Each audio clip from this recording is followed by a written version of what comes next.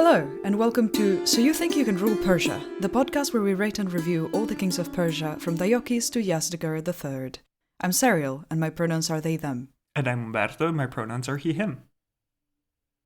So hello everybody, and welcome to our second 10th episode, which is also normally called a 20th episode. Why did you go for that?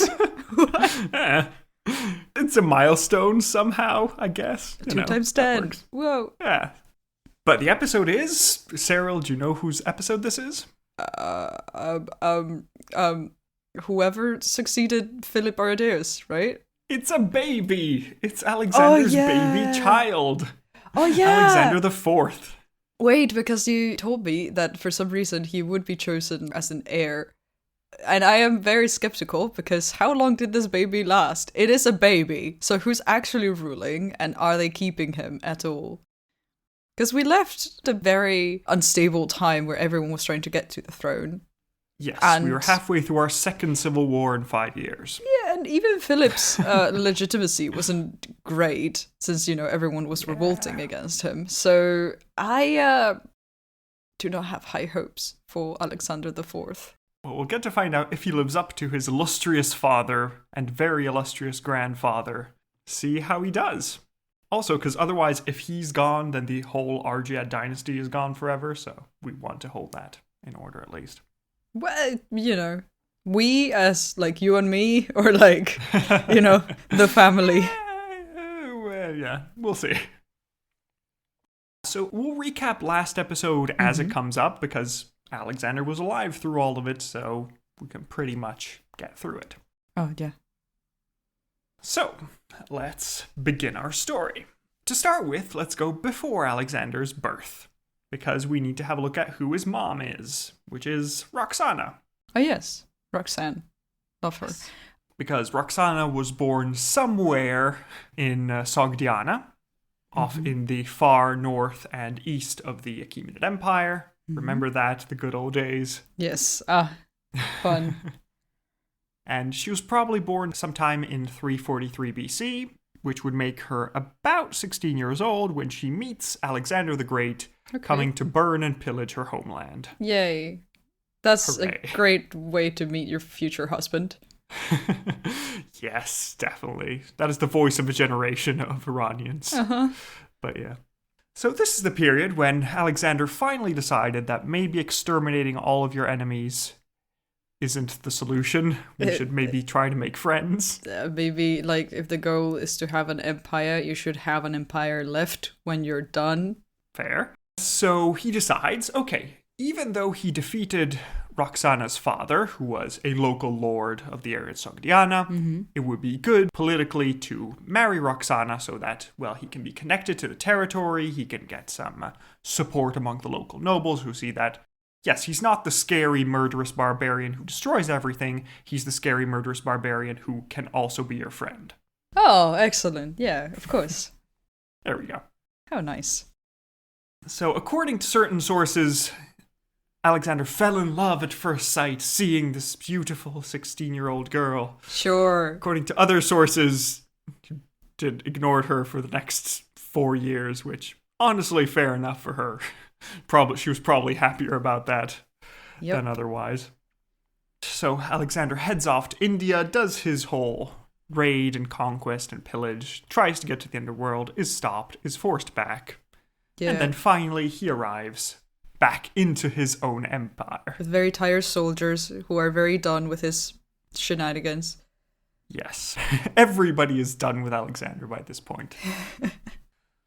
But now Alexander returns back to the heart of the empire, and he goes to Babylon, and as we mentioned before, mass marriages, 92 marriages of important Macedonians with important Iranian princesses, and Alexander himself gets 2 new wives. Yay. One of which is called Stateira, who is the daughter of Darius III, and another one is called Parysatis, who is the daughter of Artaxerxes III. I see. This is Parysatis II, not Parysatis the Great, as I'm going to call the other one. I agree with that. Perfect name. Yes. As we mentioned during Alexander's episode, during this whole period, no children, no reports of pregnancies of Roxana or any of the other wives. Then, one fateful day, of 324 BC, Hephaestion gets sick and dies.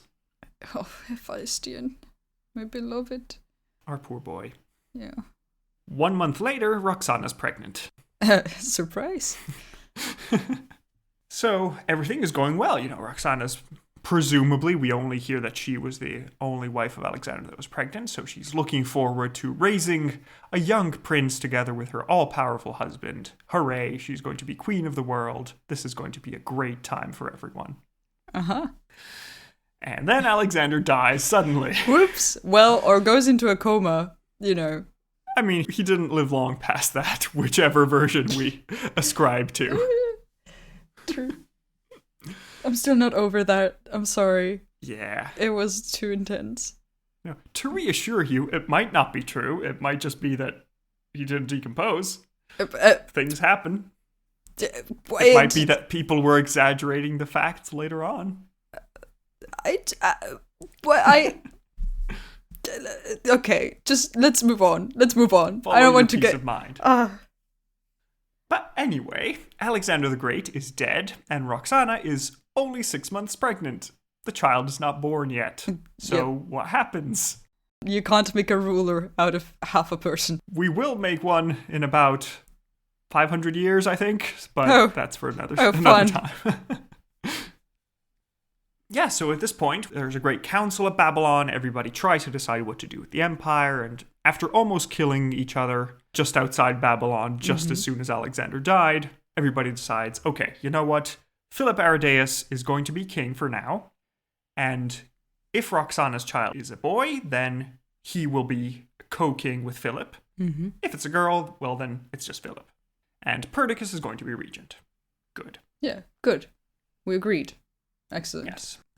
So time passes, and after 3 months, out pops a beautiful baby boy. Roxana decides to call him Alexander so that everybody is going to know that, oh yes, this boy is the true son of Alexander. He's the true successor. Indeed. He is the most legitimate of all the legitimate people. Like, all goes back to Sargon the Great.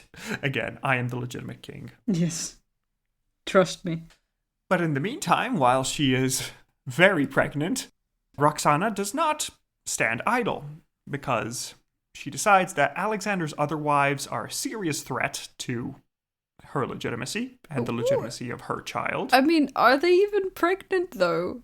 But, it would be easy for them to just try and get pregnant with whoever and then just claim it's Alexander's son, because... At this point? I mean, if a child is born, 9.5 months after... Okay, but then they, half a month, and he wasn't dead when, Well, it might just be a long pregnancy, or maybe they didn't keep count too carefully, and they're like, oh, yeah, he was born sometime in December, and that's when it was. Okay. So if it's close enough, it could still be a threat. We will pretend. So Roxana decides to murder Statira and Parasatis to ensure that no challenges whatsoever. Dear. Also, they were the daughters of the previous Achaemenid kings. You don't want to give anybody any extra legitimacy in case. Yeah. Those were more legitimate than her. I mean, at least Roxana's just like a country noble. Yeah. She isn't the daughter of the king of kings and descendant from a long line of king of kings. She's just the latest person, and she was lucky that... lucky quote unquote, we'll see, but... No, she has, she's the one who she's made it. strategizing to be able to keep power. So let's see how that goes for her. Definitely.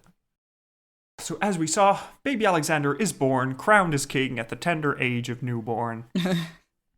The tender age of 0. You know how meritocracy works, that thing. Uh-huh. And we don't really have many details of what he's doing in this time, presumably learning how to walk and talk. As you do.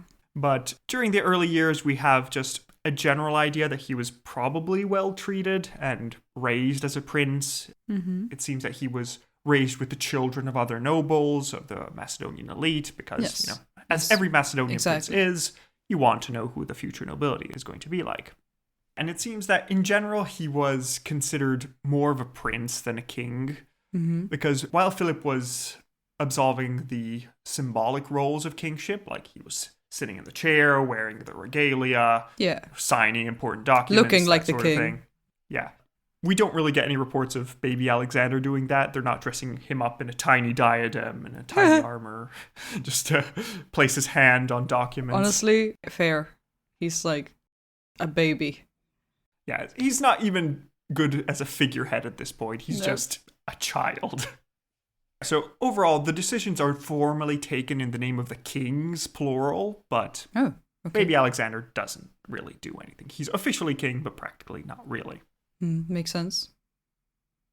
So this takes us through several years. The baby grows into a big 7-year-old. Okay, further than I expected him to get, so, you know. Yeah, because we've had the whole transfer of power we saw last time, because Perdiccas, the first regent, is murdered. Then we have a second regent called Antipater in Macedon. The royal family is transferred all the way up to Macedon. There Antipater dies, and we come to the Second Civil War, the Second War of the Diadochi. Ooh. During the Second Civil War, we'll remember that there were two separate sides. One side with Polyperchon, who is the official regent, and Eumenes of Cardia, who is Alexander's secretary, who unsuspectedly is really good at fighting. Oh, yeah! Yes, that's why I have his name written down. It was freaking cool. Yes. Very. And on the other side, we have Cassander, who was the son of the regent of Macedon, who wants to be the regent. We have Antigonus, who's ruler of Anatolia, and Ptolemy, who's ruler of Egypt. A bunch of candidates, I see. Yes. So what happens is that originally Polyperchon tries to fight for the kings, him together with Eumenes. They do some things that seems to work out. But then Eurydice and Philip Aridaeus decide to side with the rebels. Yes. Because they see it as a chance to actually give Philip real power, to make him actually rule as a king, and so they shift sides. Yeah, you told me about this, right, last time? Yes. But in the meantime, they managed to gain Macedon, but this means that Roxana and baby Alex are in danger. Yep. So they run away off into Epirus with Grandma Olympias. And this is where we have the War of the Queens, because if you remember, Olympias leads an army of Epirote soldiers, carrying her grandson with her. Eurydice leads an army of Macedonians with Philip, and they come to a clash at the border. But unfortunately for poor Philip, all his soldiers desert him because they think that baby Alexander's a much better choice because he's sort of future-proof. Because Philip doesn't have any children, he's been married a while. If he dies, Alex is the heir. So Alex is going to become king no matter what. Better get on his good side early. That makes sense. Like, if you know for sure that this baby is going to become king, then might as well. Yeah, I mean, rather than just waiting and then have him angry 20 years later that you betrayed him. Yeah, exactly. And it's like, okay, might as well support him while the going is good. Smart choice. So great. Grandma Olympias kills Eurydice and Philip, and Alexander is the only king of this vast empire at the tender age of 7. Wow. Okay. What did you accomplish how he enjoys this until you were 7, huh? Yeah, exactly. I mean, he was king at 0. I mean, what did you accomplish when you were newborn? Come on. Step up, newborns. What, his father doing all the conquering and fighting? Oh no, I just, it's not relevant. Nah, it's fine. It's okay. Baby Alexander is a self-made toddler. Don't worry. But yeah, so the situation doesn't have much time to stabilize because Cassander, who supported Philip and was in Greece at the time, looks north and sees, oh no, my pet king is dead. What do I do? This is terrible. I have no legitimacy now. So he rushes up north to try and be able to at least capture baby Alexander so he can be formal regent. So he marches up north, besieges Olympias and the rest of the royal family in a city at the foot of Mount Olympus, which is quite fitting for the whole being a grandson of a god and son of a god sort of thing. And the name Olympias. Yeah. So he lays the siege, and both Polyperchon, who was the supposed regent, and the king of Epirus, who was relative of Olympias, try to break the siege and free the royal family, but nothing to be done. Olympias also tried to take a ship to evacuate the rest of the family to flee east to seek refuge at Eumenes' place. But a deserter told Cassander that, oh, look out for this ship. This is where the royal family is going to escape. Ah. And Cassander manages to block off the port, and there's no escape for anyone. Yeah. Excellent. So in early 316, Cassander writes to Olympias, says, "Hey, listen, I'll save the life in you and your family if you just open the gates." Well, Olympias is kind of out of options. She has nothing left to do, so she says, "Okay, I guess." I guess it's an option. Yeah. And Cassander's troops enter the city, and since he's a lying snake, he imprisons everyone of the royal family. Of course. Also, incidentally, it's good to remember that Cassander was one of the people accused of poisoning Alexander the Great. Oh, dude. This guy. We'll see. Because at this point, he decides that Olympias is a dangerous woman. She's too powerful, she has friends in high places. Yeah, Best she's to get cool. rid of her. Yeah, she's very cool. So, Cassander, he's not going to condemn her to death. He would never do anything so crass. I would never. Please. He gathers up all the relatives of the people whose relatives and friends had been killed by Olympias. Right. And organizes a show trial, allowing these people to shout and jeer as much as they want. Yeah. Fun. And, well, surprise, surprise, Olympias is condemned to death Oh, for wow. her crimes. Who could have... Wow. I would have never guessed. So Cassander sends his executioner to do it. The executioner goes into Olympias' room and sort of breaks down because he can't do it. He can't kill Alexander the Great's mom. Oh, Come on, that's Alex. true. Come on, Cassander, what are we doing? So Cassander has to rush around looking for some barbarians in his army and say, okay, you guys, you don't know who Alexander the Great is. Go kill this old woman. Yep. Wow. And yeah, Justin tells us that Olympias went to her death bravely and with dignity. And when the fatal blow was struck, she combed her hair and covered her feet so she could die as a queen. Wow. Okay. So Grandma Olympias is gone. Sorry, Grandma. Yeah. She was cool, but hey.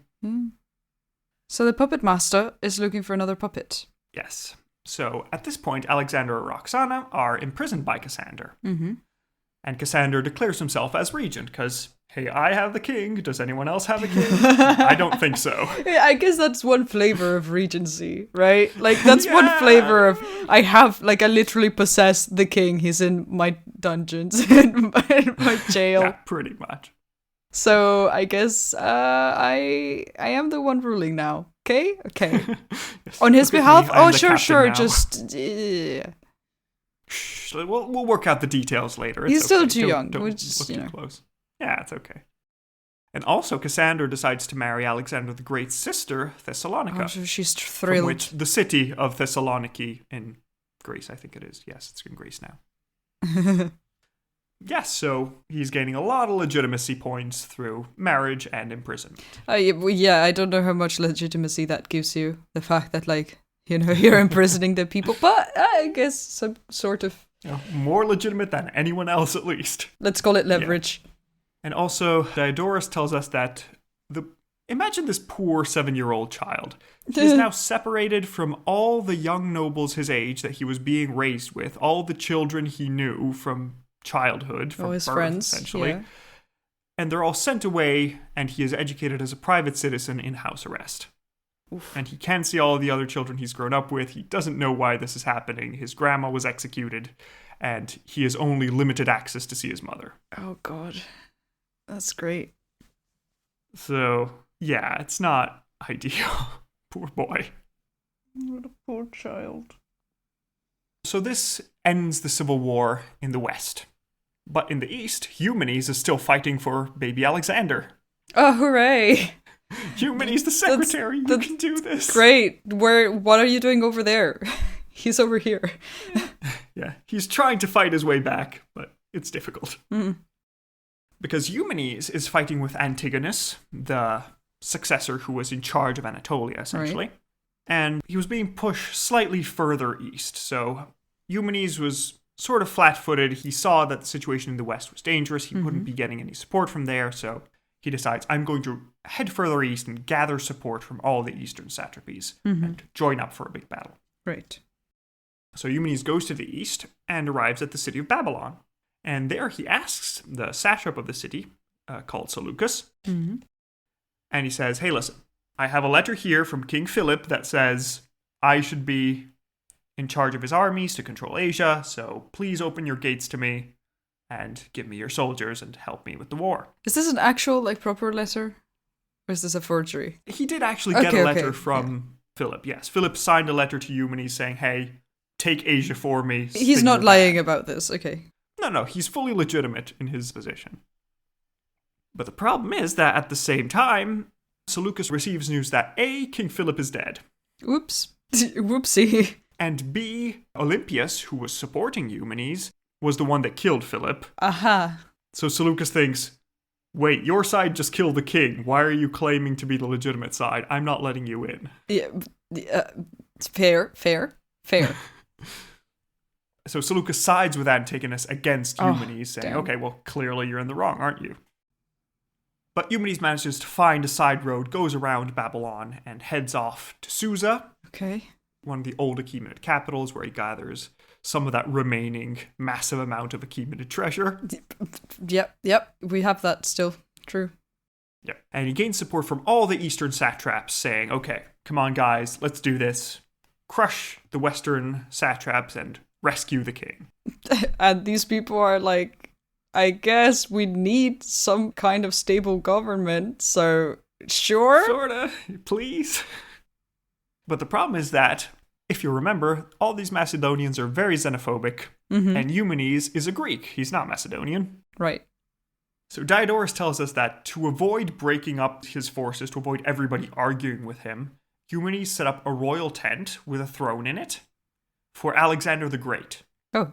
So they have this empty throne around which they make all discussions, they make sacrifices to the god Alexander. Oh my god.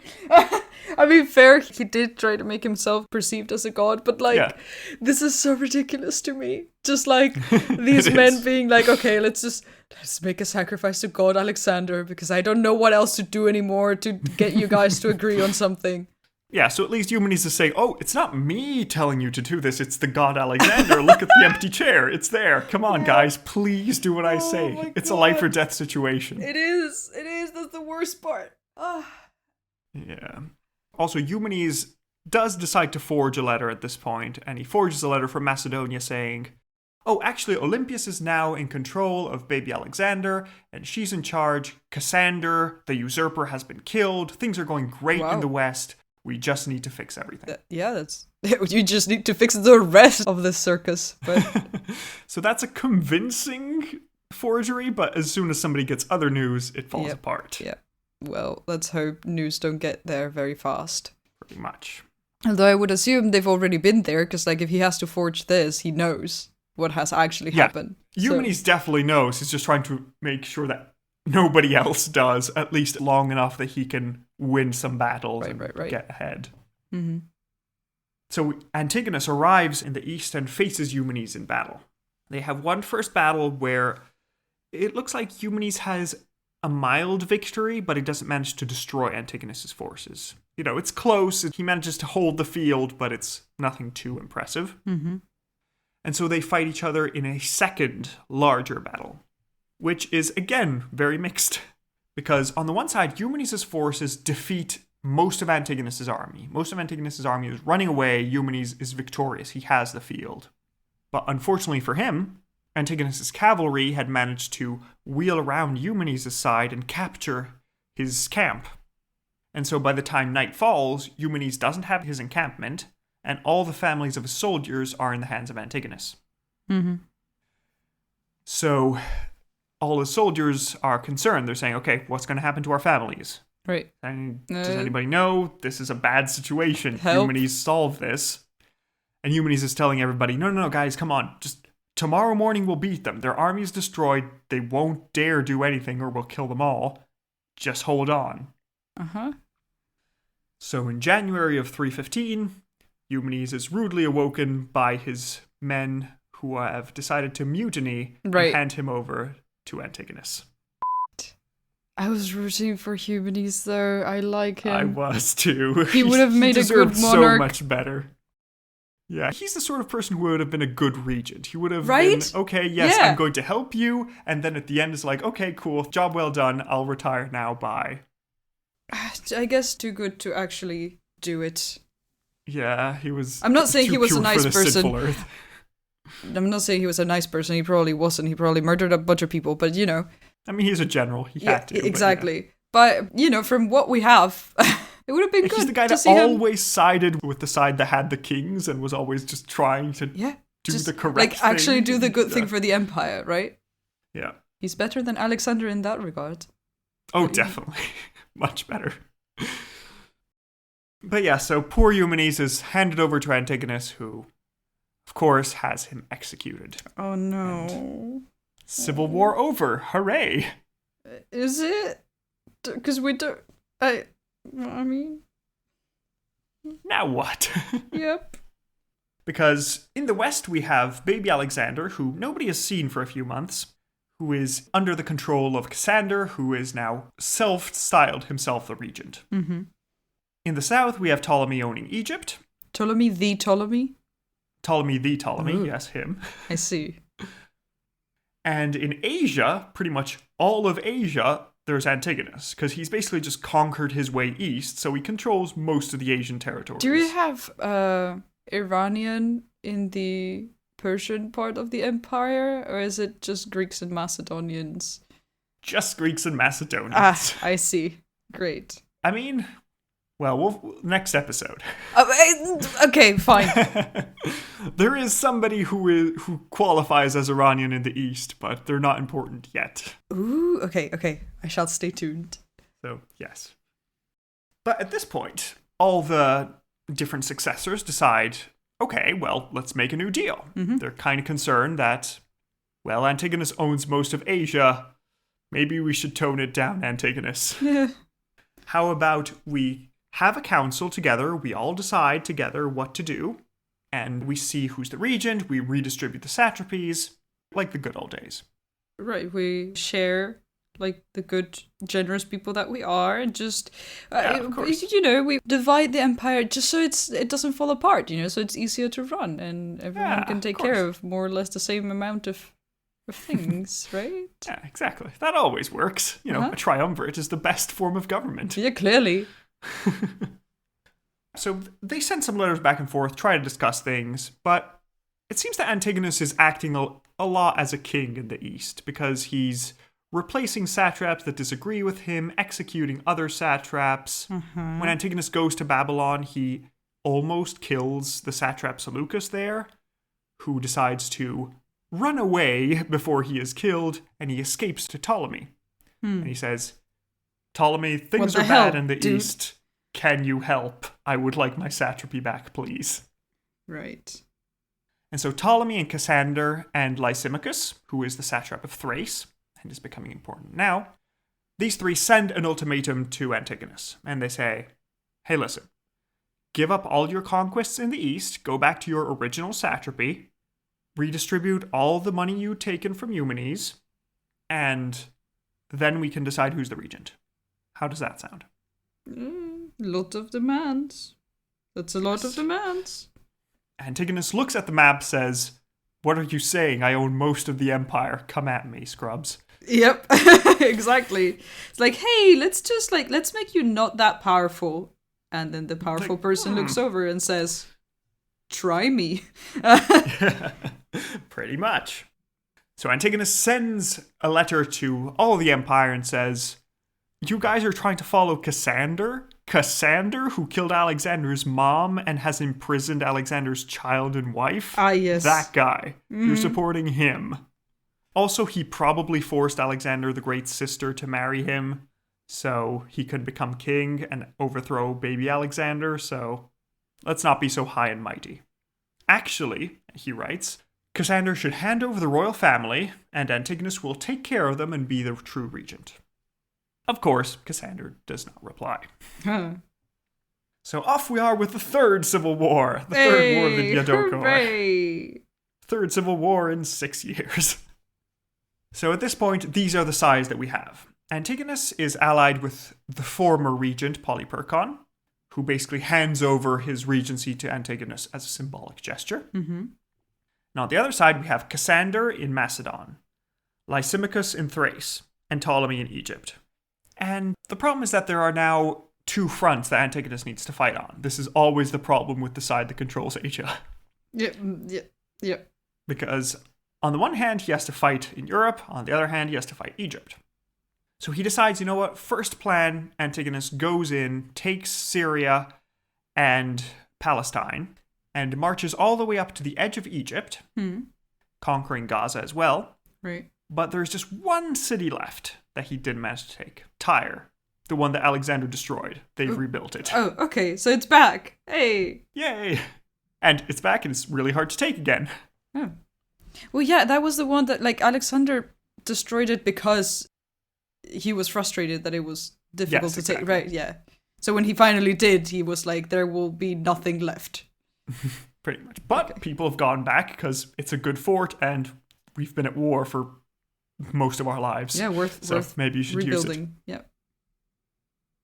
So now Antigonus gets to the edge of Egypt, but he feels uncomfortable that the city is in his back and could cut off his supply lines, cause him some danger. So he decides, okay, I'm not going to invade Egypt. Let's go capture the city and see what happens. So finally, Antigonus manages to take Tyre. And he could go to Egypt or he could go to Macedon. But he decides that, you know what? First priority is take baby Alexander, take the king, become the official regent, and take the homeland back. So he constructs a massive fleet that he can use to isolate Ptolemy on one side so he can't support his allies, and on the other side, help him take Macedon and cross into Europe. Mm-hmm. So this starts worrying part of the rebels because, it's kind of difficult to understand who's a rebel and who's legitimate at this point. Everybody. Yeah, why are we calling them? Brave of you to try. The little people. The little people versus the big person. Right. So Cassander and Lysimachus, who are in Europe, now start to get worried and begin writing letters to Antigonus saying, hey, maybe we can strike a deal. Could we not end our lives terribly? Yeah. But in the meantime, Ptolemy starts to worry that, if his allies in Europe are destroyed, he's next, so he might as well have to fight back. Yeah, about time to join. Yeah, so he starts to march north out of Egypt, tries to retake Syria, which is under the control of Antigonus' son Demetrius. And the two sides meet at Gaza, just outside Egypt, and there's a great clash between the young Demetrius, who is in his late teens, early 20s, not sure exactly which, but he's a very young man, and the experienced Ptolemy who fought with Alexander on the Great Expedition. And as you could expect, Ptolemy manages to succeed. Demetrius is pushed back, and Antigonus' forces are forced to retreat. Right.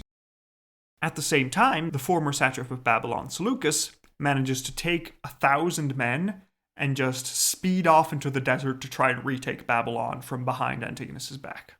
Huh. Okay. So everything is going so-so. Because Antigonus has suffered some defeats, but also some victories. It's messy. And when Antigonus hears that his son was defeated against Ptolemy, he stops his invasion of Europe and marches back down towards Egypt to push Ptolemy back. But at this point, it's late 311, and Antigonus sees that it's kind of a mess. Oh, now Yes. He's like, maybe this is too much. Teeny bit.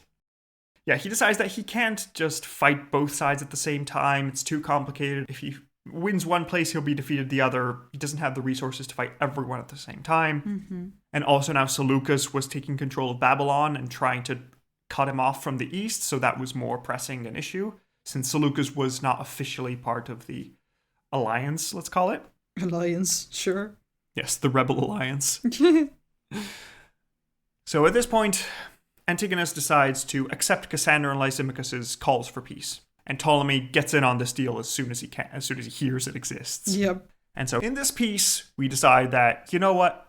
Everybody is fine in the positions they had before this third civil war. Oh my god. Let's pretend nothing happened, okay? It's fine. You know what? Fine. Yes.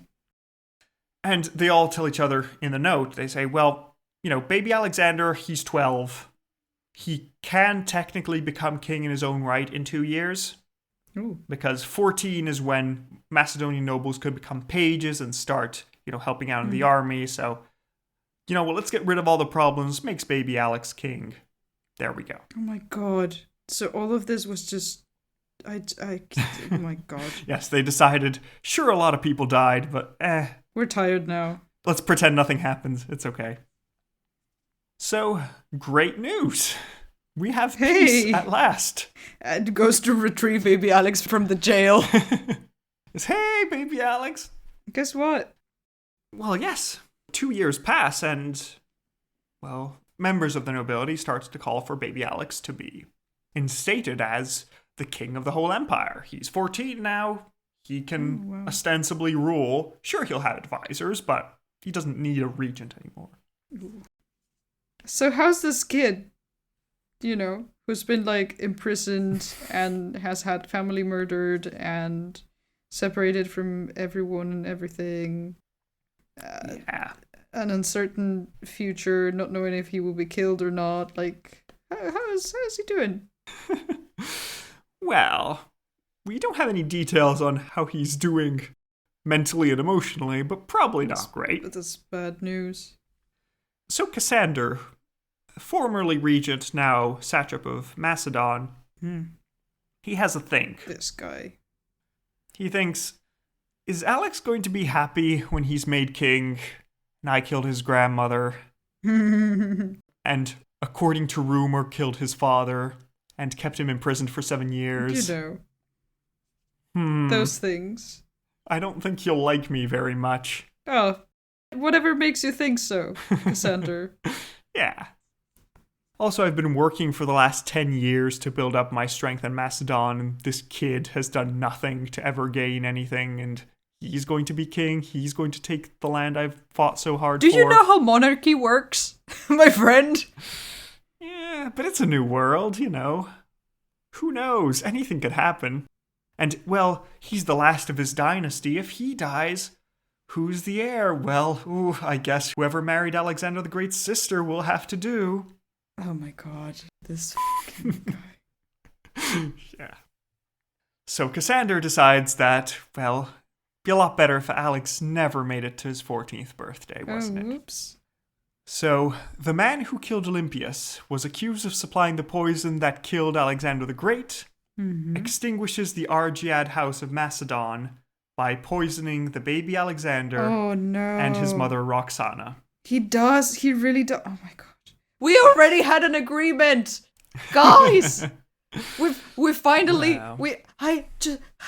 you please. I know you want power, but bruh, we're so done. Yeah, power is so sweet though. Come on, it's like moths to a flame. Yeah, to the flame that will destroy you. So what do all the other important people say? Because I'm sure they will be really pissed. Actually, all the other successors keep dating their documents in the reign of King Alexander IV. Ooh. They pretend he's still alive. They say, oh no, he's just in Macedon. We don't hear him. He's just sleeping. Yeah, he's just in a farm upstate. Don't worry. He's happy and playing with all the other kings. Yep, having fun. Because they all reason that, listen, would I have given up power? At least Cassander managed to take the blame. At least he's the bad guy. Yeah. And I'm practically a king now. But there are still those with the ambition to unify the empire and recreate it at last. Because Alexander's funeral games are not yet finished. They will still play on for a few more years. And that is the end of the episode on Alexander IV. Oh dear. Yep. I honestly, he lived longer than I expected him to live, and also... Yeah.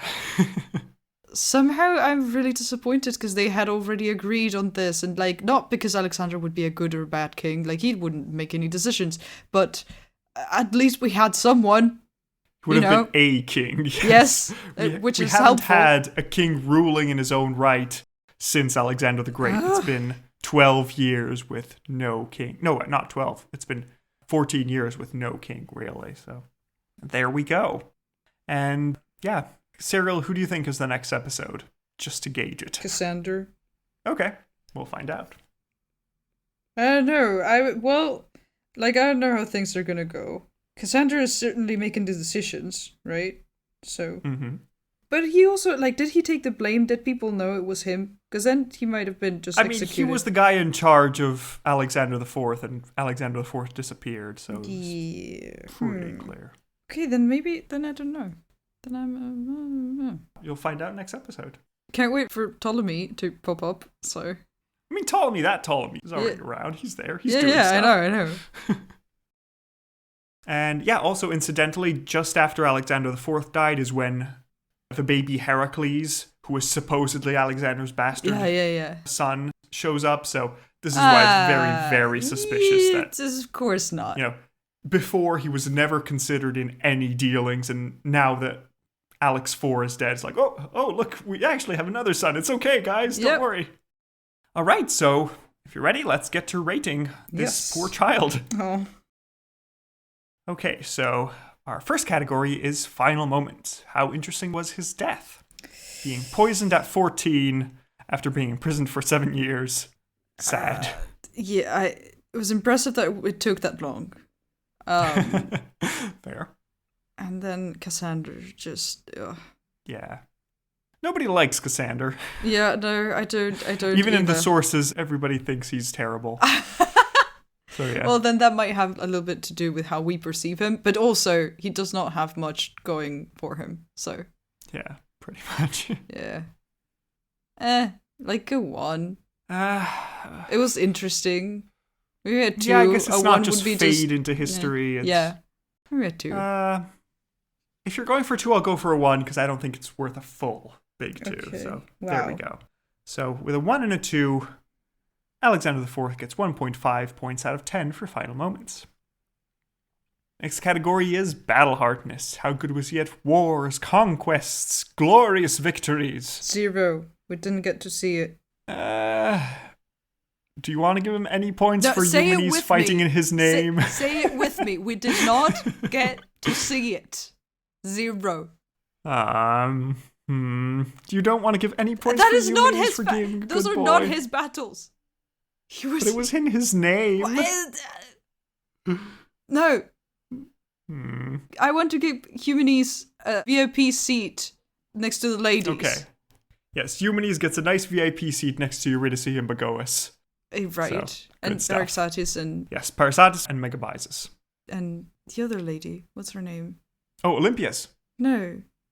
We had Paraxatis 2.0 a couple episodes back, who also got to discuss murder techniques with Paraxatis. I think it's Olympias. It might have been... Yes, it might have been Olympias. Sorry. Yes, so let's also add Olympias in the VIP seats. Excellent. Very intensive area. Yes, it's great. Olympias, Eurydice, and Paraxatis can have discussions. Yes. Bit awkward for Olympias and Eurydice since one murdered the other, but hey.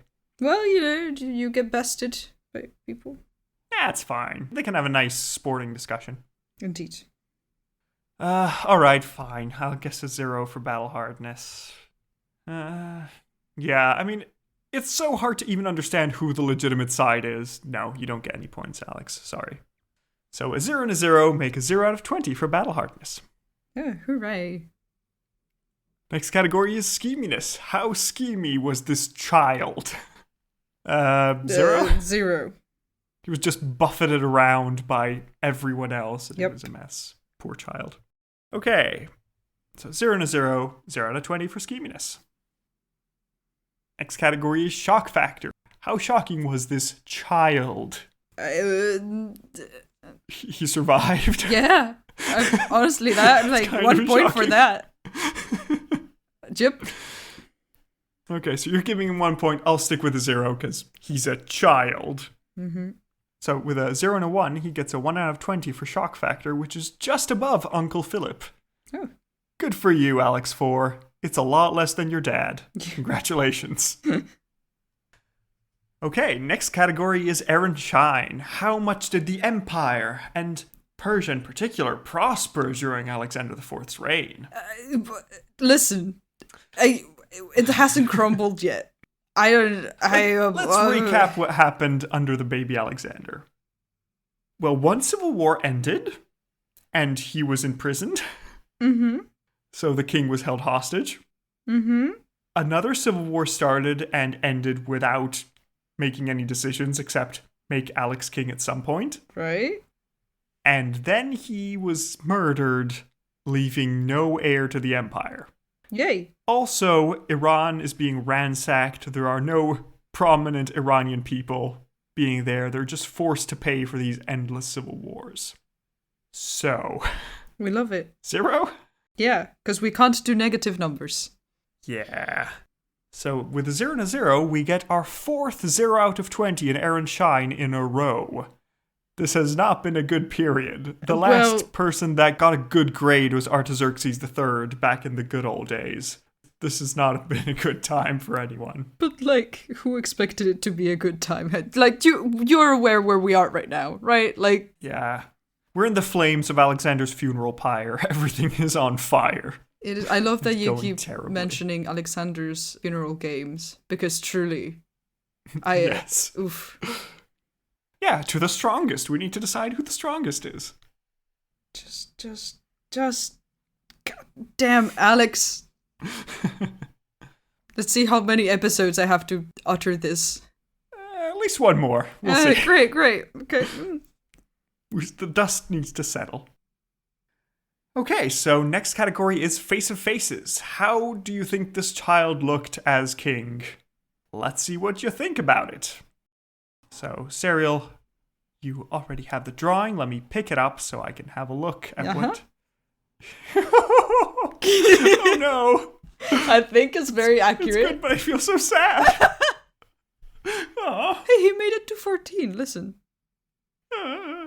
Tears.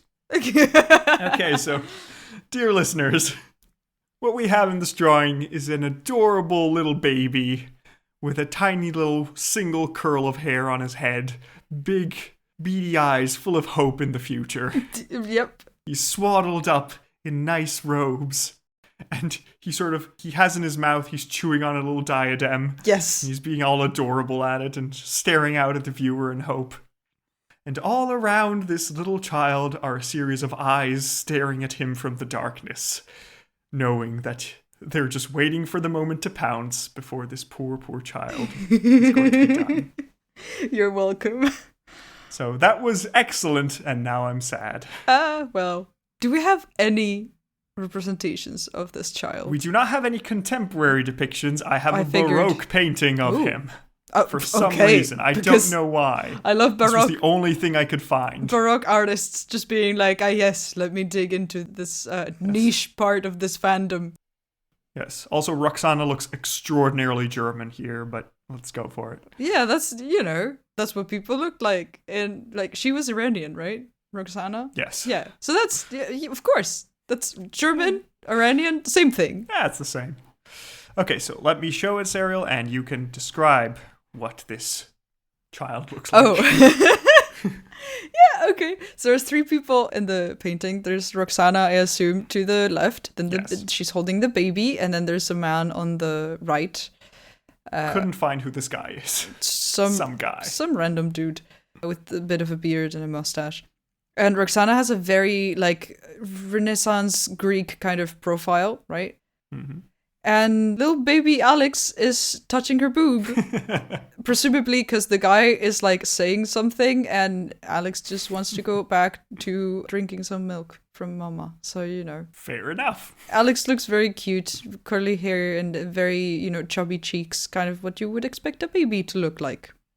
It's a fun This is painting. quite a good baby for the past. It's not one of those strange medieval babies that look like old men. It's not supposed to be Jesus, so I think, there's a reason why Jesus has a homunculus kind of situation going on when he's depicted as a baby. This is just a chubby, cute baby. So, there. Very nice. So, let's rate what this baby looks like. What are your thoughts on Face of Faces? It's a baby. It's very good. I'll give it 2 points just because good painting. Yeah. I like the scene. It's kind of, it's good storytelling. Yeah, I think 2 points. It's a good painting. I like it. It's a good scene. It's cute. And yeah, I think 2 is a good point. Excellent. Glad we agree. Okay, so with a 2 and a 2, we get a 1 out of 5 for Face of Faces. Aha. Next category is lengthiness. How long did this child rule? 13.5 years. Pretty much, yes. I rounded up to 14. Because he was born and became king in 323 BC and was murdered in 309 BC, which makes crisp 14 years. Dividing by 10, that's 1.4 out of 5 for lengthiness. Not that bad. Which leads us to the final score of 4.9 out of 100 for baby Alexander IV, our first child king, actually. Yeah, it is true. So there we go, and he's the second to last, just behind his uncle Philip. He's just 1 point behind him. Oh. Still a little bit there. That feels unfair. But Philip he's 2 points ahead of Xerxes II, so there you go. People are going to hate us for this. I mean, Xerxes II is terrible. Come But on. that's fair, that's fair. He's known from like one paragraph. Alex is way more interesting. Yeah, if anything, by the circumstances. Yeah. All right. Excellent. But this leads us to a final question. Oh, come on. Is baby Alexander famous enough, glorious enough? Did he have a terrible life enough to be called a Shahanshah, or is he just a Shahanah? Nah, he's a Shahanah. He didn't really get to do anything. Yeah. I would love to read the alternative universe where he like gets to be king, even if people that would use be him. fun. But like maybe the empire would stabilize a bit more. Maybe people wouldn't be. Yeah, that would be interesting to see if that were the case. I mean, imagine if Alexander the Great lived longer and baby Alexander was the half Iranian, half Macedonian heir to the whole empire. Yeah. That would be cool. That would have been amazing. Been a nice outcome. But If Alex actually had no. cared about the empire at all, and not just about if he battles. hadn't burned it down earlier. Yeah. Yeah, I think if Alexander the Great had lived longer, he probably would have been murdered anyway. Yes. At some point. Indeed. It's not that he would have gone on to do great things. He No. would have just been killed, like, He was the month again. after. He would have been a great general. He would have been amazing as like a Megabyzus to a Darius, or like a Yeah. Definitely. Yeah. Just Alexander the Unhinged. Anyway. Yeah. And I think Alexander IV's epithet, if anything, should be Alexander the, oh, honey, I'm sorry. Oh, that was terrible. Oh, sweet summer child. Yeah. Like, oh, oof. That was a tough time. Well, there we go. So that is the end of today's episode on Alexander IV, King of Kings, King of Macedon, Lord of all Asia. Sure. And poor little child. Yep. So I hope you'll all join us next time for the mystery episode, where we find out who gets to inherit the empire somehow. Oh, or I'm at least excited. the part of it that contains Persia, which is what we're following in the podcast because of the name. So For those of you who don't know any history like myself, place your bets now. we have many candidates. I have mentioned the person who's in the next episode, so feel free to guess. Excellent. And so if you've enjoyed the episode so far, please leave us a review wherever you listen to us, because that helps more people know that we exist, and it's always nice to read some nice words from our listeners. And so I hope you just have a good week, and you'll join us next time for the mystery episode. Oh, come on. Yeah. Thanks for listening, and see you next week. Take care, everybody. Goodbye. Goodbye.